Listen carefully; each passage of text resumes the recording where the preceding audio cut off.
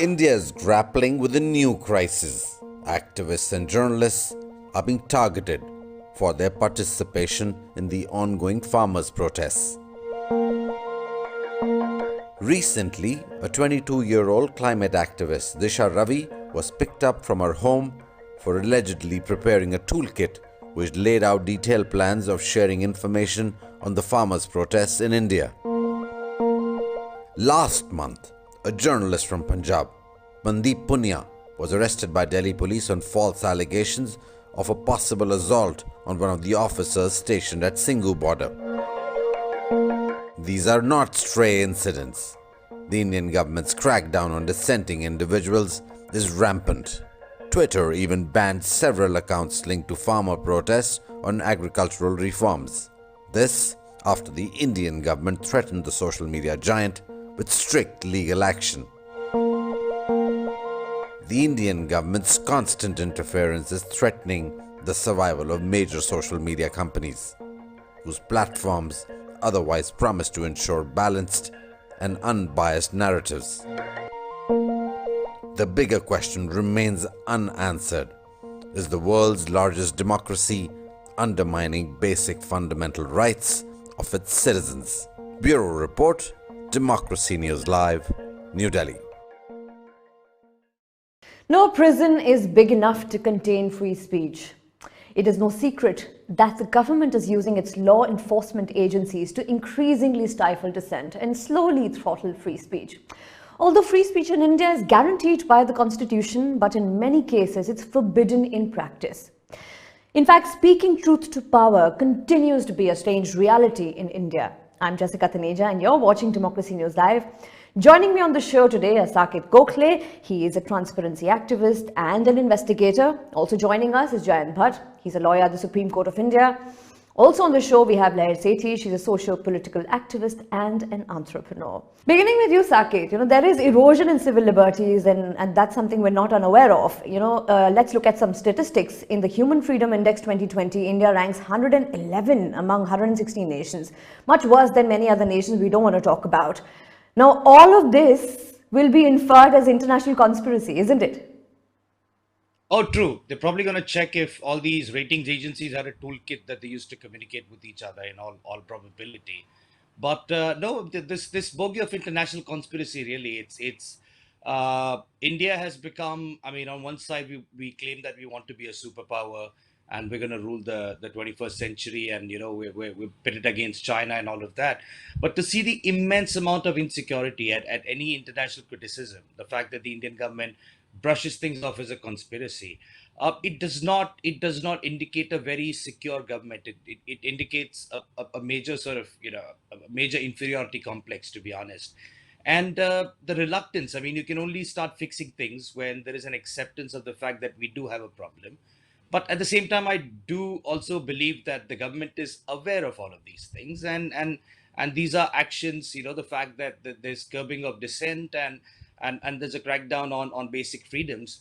It's not incidental. It's something that's a big part of the agenda of the government, and it's not something we're seeing now. We've been seeing this right since 2014 in different ways. Right. Let's not even talk about the fuel prices right now. That'll be too much. 2014 to 2021. Wow.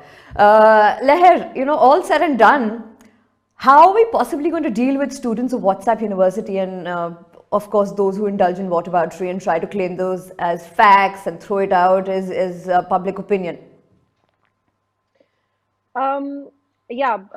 Thanks, Jessica, for bringing that up. And I agree with Saket on what he said.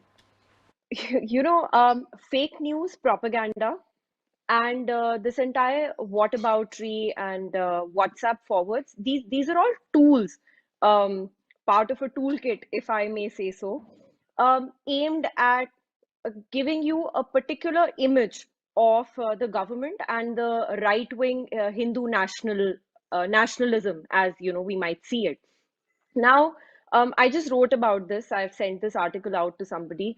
That there is this whole thing wherein people are willing to not look at facts and figures, so you can give them a logical argument, trying to get rid of the fake news that comes at you, but they will not accept it. They would rather believe something that they want to believe. So it's very easy to fool such people. And unfortunately, that is what we've become now.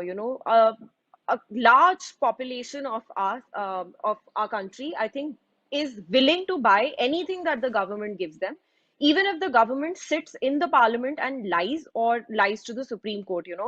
This is something that I wrote about recently, Jessica, that, in the case of the three farm laws, the government has said time and again that it did consultations with experts, that it consulted states, and that it consulted farmer unions. Now, when the RTIs were filed with the agricultural ministry, and maybe Saket can shed some light on this since he's also an RTI activist, the answer that came back from the government was that it has absolutely no record. Let me repeat that.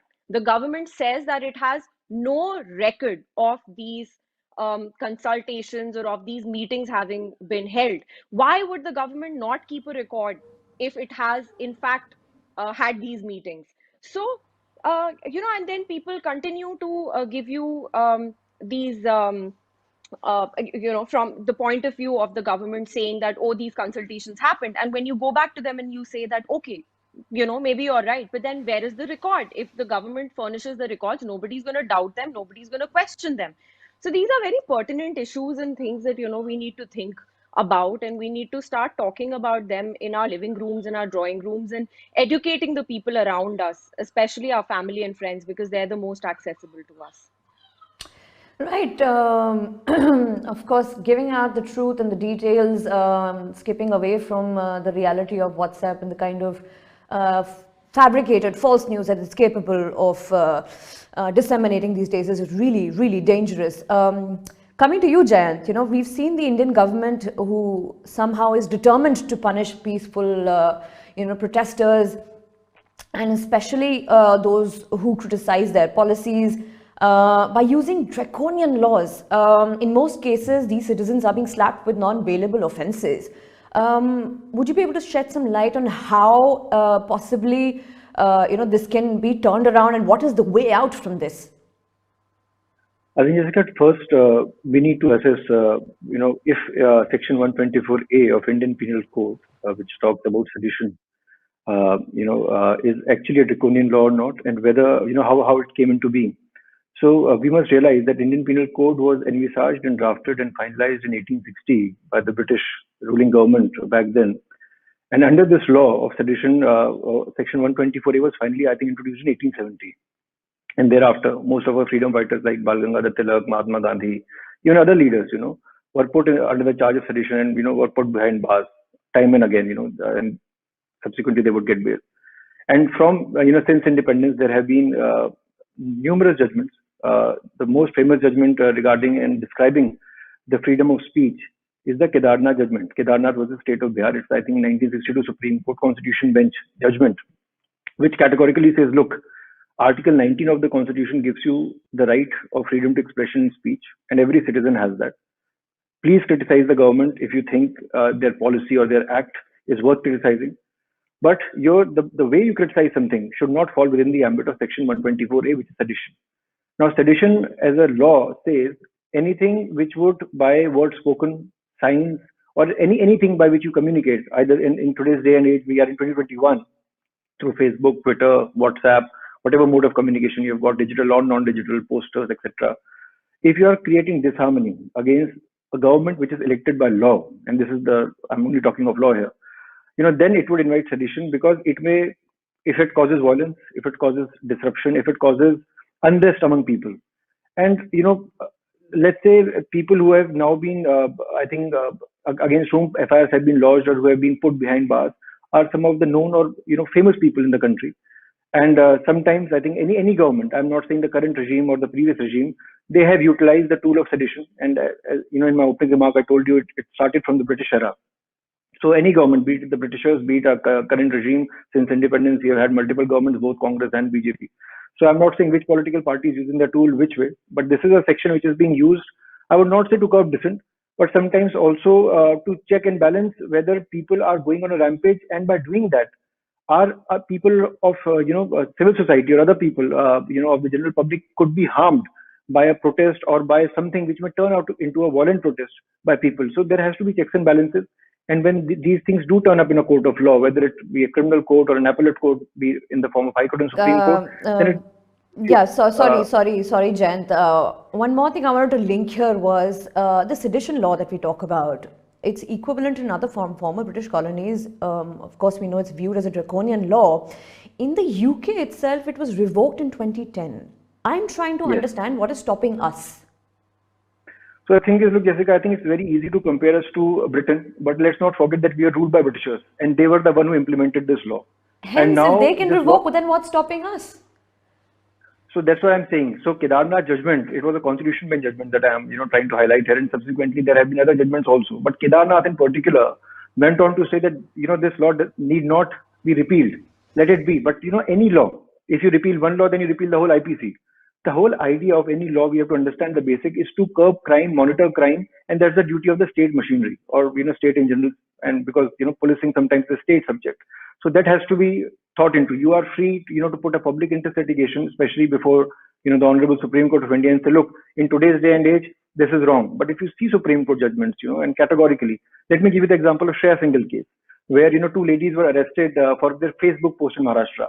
And then, when the freedom of speech was upheld by the Supreme Court in Section 66A of the Information Technology Act was then repealed and rescinded, they said, look, people have the right of freedom of speech and expression, as has been given to all of us under Article 19, but it has to be used sparingly. It is not absolute.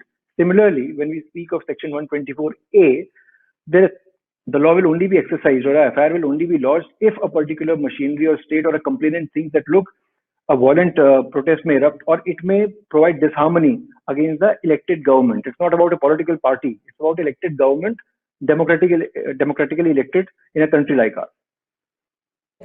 And Saket, taking from what Jayant is saying, do you think that the current times somehow would disable journalists to speak truth to power, perhaps report in the manner they should, or citizens who are out there to protest? If you're going to slap sedition cases and defamation cases on journalists and activists, how is one supposed to bring out the truth?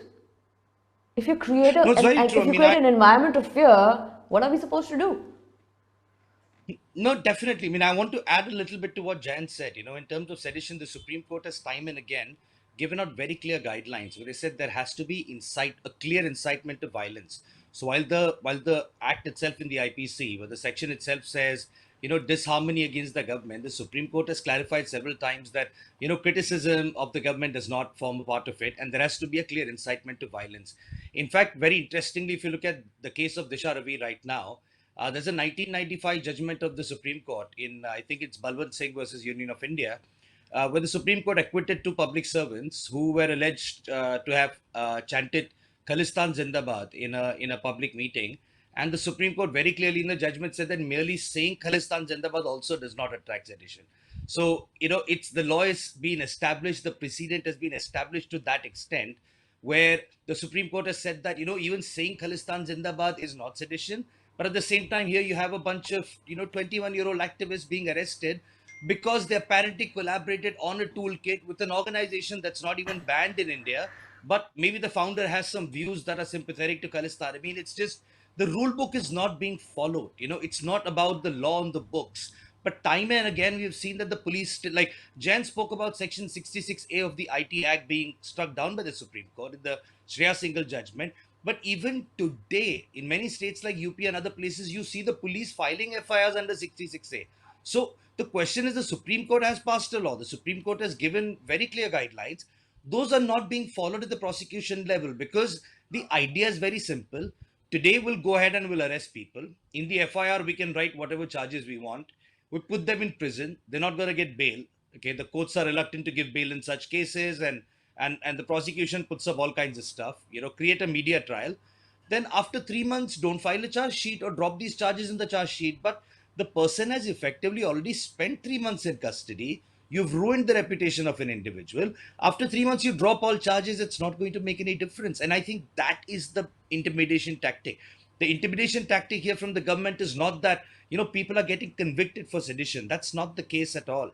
What they're doing is they're filing charges, they're arresting people by writing such frivolous charges in the FIRs. And then, after 3 months, they're either not filing charge sheets, or a lot of state governments are not giving prosecution sanction. And these cases just eventually fall away. But the damage that has been done to the reputation, similarly, it's not just the cases, but you will see the police very selectively leaking, WhatsApp chats, selectively leaking parts of evidence to the media to create this entire media trial and a conspiracy about, oh my God, this person is so anti-national, this person's so terrible.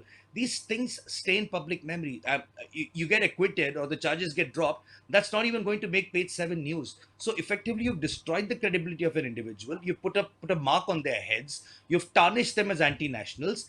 And by looking at that, there's a lot of people getting worried. There's a lot of journalists out there who worry that if we do a certain report, in some nut job is going to go ahead and file a FIR in UP or in some other state. We're going to be Which taken has into been the custody. case. Stand-up comedians, Clearly, it has stand-up been the comedians case. are being arrested for jokes they never cracked in the first place. Absolutely. So That itself is a joke, by the way. Yeah, exactly. So, but this is the kind of intimidation tactic. The idea is we will jail you. It doesn't matter whether you get convicted or not, but we will jail you. We might abuse you in police custody. We're going to tarnish your reputation, and that's a signal to people to just shut up and swallow up whatever the government's giving. Right.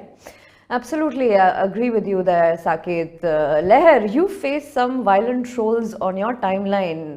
One of them being Payal Rohadgi, if I'm getting her name right, the actress who put out a really funny video, which she thinks she looked funny, claiming all sorts of things, and whose Twitter account has been banned. Why? Because you filed an FIR against her for spreading fake news.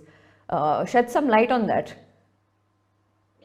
The funny thing is that Jessica, it's very difficult to get an FIR lodged against people like Payal Rohadgi and others who are actually out there spreading false news and targeting minorities and inciting violence. Payal Rohadgi is just one such person. There are many others that I'm sure you're aware of. There are actors and actresses out there who say the vilest of things without verifying facts, and nothing happens to them. Kangana Ranaut had shared a couple of pictures of Nathuram Godse trying to glorify him, if I may say so, on Mahatma Gandhi's Martyrdom Day. I mean, what could be more shameful than that for us as a country? But she's not behind bars. Nobody has filed sedition charges on her. And I think someone should. So I think we also, on this side of the spectrum, need to start using law. It's rather unfortunate that we have laws like the sedition law, in my humble opinion. I feel, like Saket said, that the process itself is the punishment rather than a trial or a conviction. And just to quote Mahatma Gandhi here, he said when he was put in jail so many times on charges of sedition, and he had referred to the section 144A as the prince among the political sections of the IPC that was designed to suppress the liberty of a citizen. These are Mahatma Gandhi's words. So why do we still have a law like that? And UK abolished the sedition law. When it was abolished, their law minister, Claire Ward, their justice minister, sorry, Claire Ward, had said that this is a law from a bygone era when freedom of expression was not seen as the right that it is today. And today freedom of speech is a touchstone of democracy.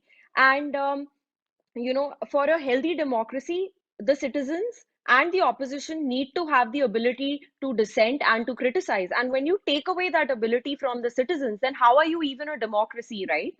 Because today, like you rightly said, there is a fear, and there are people who will come and attack you, troll you.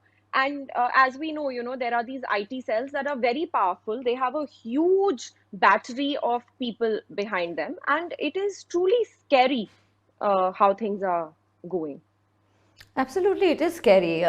And, for many journalists who put out their reports, recently, if you remember, and the IT law, which the government invoked to freeze the Twitter accounts and give a lot of power, to the direct online intermediaries and internet service content providers.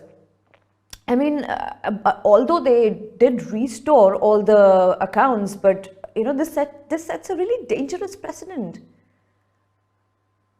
Absolutely. And I have some records here. According to Article 14, they had compiled this data, and since 2010, as per them, there have been about 11,000 cases of sedition, and 65% of those have been after May 2014. So how come there's such a sudden jump of sedition charges? I wrote this once that it seems like as if the terrorists were outside of our nation's boundary till 2014, and now they seem to have just jumped into the country and they're all amongst us, which is just ridiculous to even think of. So after 2014, we have 96% sedition cases that were against people, either criticizing the politicians or criticizing the government. 149 of those are for criticizing Mr. Modi, and 144 are for having criticized the UP Chief Minister Yogi Adityanath ji, and many of them have been filed after protests. So obviously there is a certain fear amongst people, and most of these cases have been filed in Karnataka, UP, Bihar, Tamil Nadu, and Jharkhand. So I mean, these are facts, these are figures that have been given out by an agency. So we need to question how this is possible, how this is being how this is happening. Right, and Jayant, possibly the kind of environment we see today, a lot of people, especially journalists, activists, seek legal aid because there is absolutely insurmountable cases where they're charged with the slap with sedition or defamation. Most of them, in fact, rely on district courts, which somehow put them behind bars for many, many weeks as under trials and not even give them a fair chance, mostly make them non-bailable offenses. How do you think these journalists and activists and perhaps ordinary citizens possibly can look after themselves and look out for the right legal remedies? Look, Jessica, I always tell people one thing, that please keep your lawyer's number on speed dial. We are living in an era of smartphones. Every big company, even a particular person always knows a lawyer now, who's normally stone throw away. So I'm sure you would be having your own team of legal experts and people that you may go for legal advice and everything. So I always right away tell people, please keep their number on speed dial, because एक कहावत है हिंदी में कहते हैं मुसीबत बता के नहीं आती. So if something has to happen, it will happen very quickly. So things like sedition, yes, they are very serious offense, non-bailable, unfortunately. But just to add on to what Neha just contributed, the data. Now, when we speak of data, we are very quick to say that data collected post 2014 or 14 onwards. In fact, if you see other debates also available on YouTube or other channels online, even in the previous regime, I think there were 8,000 odd cases of sedition. In the current regime, there are 10,000 odd cases of sedition. So this has been, used as a weapon, either by the monarchs or by the, Democratic Republicly elected people. So this is a tool in the hand of, anybody who is the ruler, simply put. So the thing is, courts have to come to your rescue, and courts have a very, very important role. Because today we are living in an age where, if you tweet something, if you put something on Facebook or any other social media platform, and if you have a mass following, if you're an influencer, so as to say, you also have the ability to influence the mindset of people. So please understand, whenever a law is interpreted in a particular way, either by the court or by people in general, if you are an influencer with, let's say, 1 million following on a particular platform, that way you are influencing at least 1 million mindset. But if, let's say, I do not have any following, let's say on Twitter, I have no following at all, because I'm not a Twitter person as such. Even if I put one tweet, which may be, let's say, seditious in nature, the government is not going to take note. So then it depends from case to case. Your question whether courts should come to rescue people, absolutely. Courts do give bail. Do all courts give bail? No. Do we have judges who should follow law to the T? Yes, we have good judges.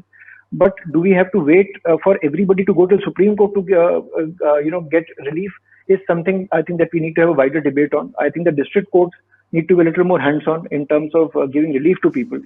And when I say district court, I don't speak of district courts in the metro, which are easily accessible. I speak of district courts in the rural areas or in tier 1 or tier 2 cities. Some of which are under a tree.